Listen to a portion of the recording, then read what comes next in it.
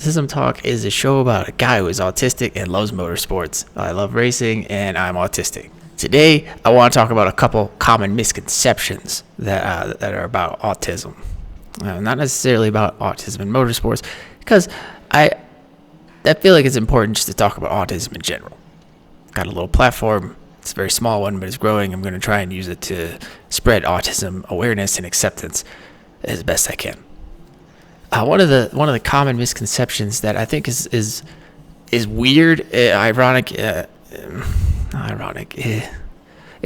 painfully wrong, is that autistic people don't want social relationships. Now, I see this a lot in the way that autism is portrayed in TV shows, and even the way people talk about autistic people, myself included. They'll say stuff like, it's just because they don't like people, or, oh, it's because they don't care. Now, the reason I think that this is so painful and so ironic is that autistic people typically want friends just as much as everyone else. Maybe more so, because we feel so alienated in the way that we think, and the way that we interact with the world, and the way that we experience the world is so different. So we already kind of feel isolated. And then people say like, oh, well, you don't really want friends because you don't jump in conversations, or maybe you don't come to my house when I invite you, or something along those lines. It's tough, because there's a lot of reasons why that person might not want to. They might not want to interact in the conversation. They might not want to interrupt. They might feel as if they don't have something worthy of saying. There's so many reasons, and everyone's so different, that it's really kind of crazy to think that because someone doesn't interrupt in a conversation, that they're not part of the conversation. A really great example of this actually is a TV show. There's a TV show called Atypical. And if you're on the spectrum, or if you're just curious, or you just want to watch a good show, watch Atypical. It's a great show. It's about an autistic young man who goes to college, and he takes a philosophy course. And the only way he can get a grade is if he participates in a discussion. It's a philosophy discussion, and the whole point is to basically interject and say, this is my idea. And he goes the entire semester just waiting for the chance to speak, because he's trying to just do it right.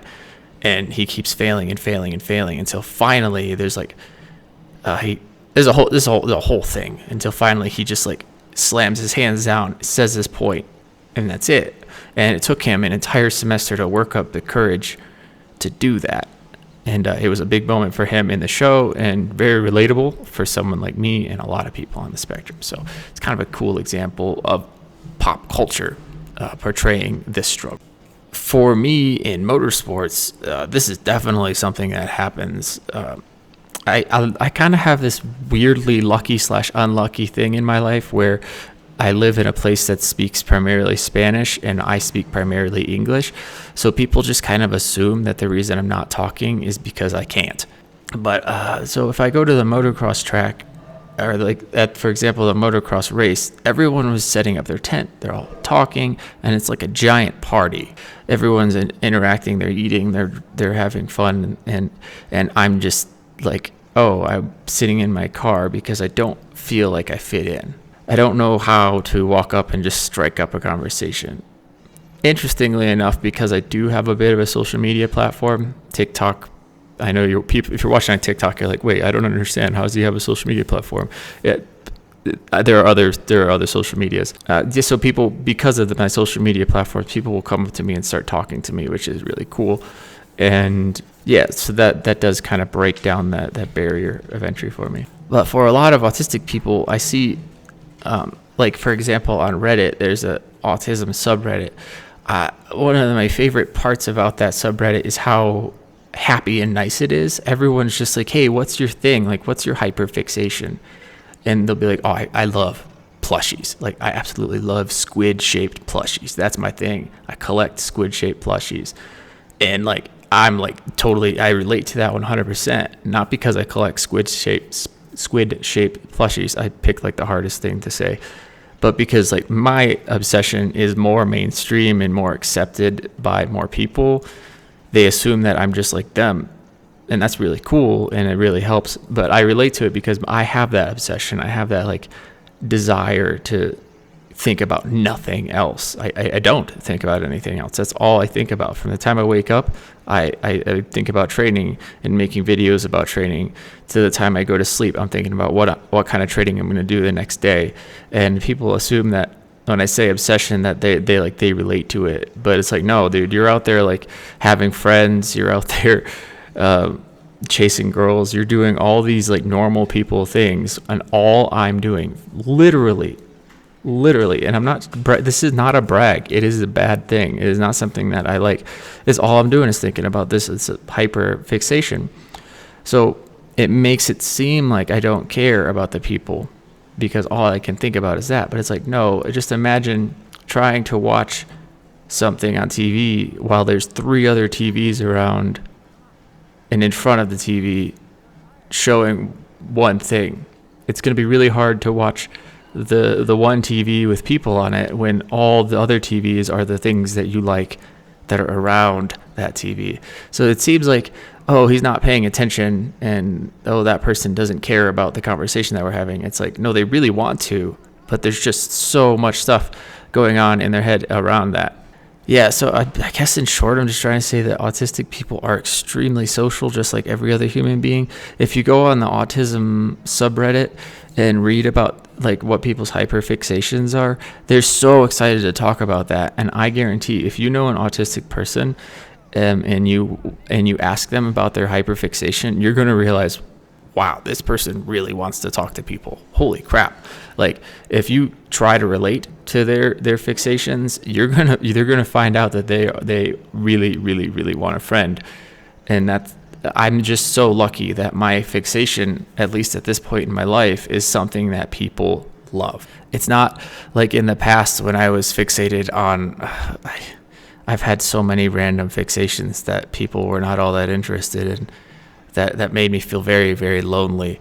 I'm lucky enough to have a fixation right now. And no, we don't control these. There's no control over these fixations. But I'm lucky enough to have a fixation right now that does kind of put me out into the world. And that's really cool. I think like for me, one of the sad ones is when people that get fixated on something that puts them into their basement. Like, for example, model trains.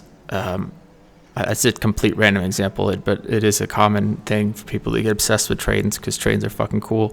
But it drives that person down away from people, and it's really sad. I think a lot of times that happens with gaming and stuff when they should be going out and trying to do those fixations with people, and whether they're neurotypical or not on the spectrum or not. Those fixations can really drive a social life. Like a normal person would use their passions to drive their social life. An autistic person, like I said before, they go out into public and they're trying to talk about something, and that other person might say, yeah, I really like trains, but I want to also talk about how I love riding bicycles. And immediately the autistic person's like, I can't think about bicycles right now because I'm thinking about trains. That's all I can fucking think about. So it seems like they don't want to talk to you, but really, they really want to talk to you about what that one thing that's like driving that's just all they can think about. But they want to talk about you. They want to talk about it like so bad. They want to interact with people so badly. They want to be a part of a group that loves it as much as they do. It's hard to look at the other parts of people's interests when all you can see is the one part. So it makes it seem like they're not very social. That's tough. I can't stress enough how lucky I am to have relatively normal fixations. Always loved motorcycles. But in the past, I had one pole vaulting. I absolutely was enamored by pole vaulting. And that requires being around people. So again, I'm lucky enough that one was relatively social. But it wasn't that normal. It wasn't like motorcycles. And so it kind of drove me into a very specific group of people. And I can understand, but I am very lucky to have this fixation that seems normal. I know we're not supposed to like aspire to be normal, unless you've ever been on the outside looking in, you can't really understand what it's like. So if you want to leave a comment to be like, be you, bro, that's cool. You should always encourage people, whether it's about frog plushies, model trains, or dirt bikes, as long as they're happy and healthy, that's great. I have to wrap this show up, but I can't. I'm so off the rails right now that I can't think of how to get back on. So autistic people don't want social relationships. That's where we started. That's where this all started, and I got fixated on fixations, which is perfect. I think that the lesson that I'm trying to say is that if you even give a little crap, if you give any fucks at all, and you have an autistic friend or autistic person in your life, and you think to yourself, oh, they don't want friends, it's not your fault. I understand completely, because it's what it seems like. But I recommend trying to find out what their thing is, because it's pretty rare that an autistic person doesn't have something that they're like really interested in. Find out what that is and talk to them about it, and just wait and just see. I guarantee it's going to change your mind on that. If you thought that they didn't want friends, that conversation will change your mind. You're going to be like, wow, this person really wants to talk to people, but they just can't talk to people about anything but this. So that's what makes it seem, in my opinion, I'm not a doctor, I'm not a psychologist, but in my opinion, what makes that myth perpetrate, what makes people think that people on the spectrum don't want friends, is that it's really hard to talk about anything other than what we're fixated on.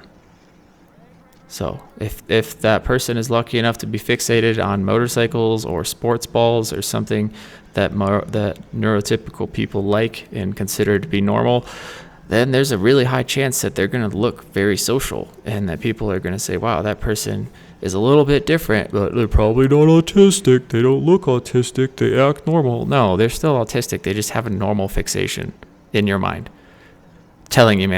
I'm telling you, squid-shaped, fluffy, plushy dolls to an autistic person is a completely normal thing.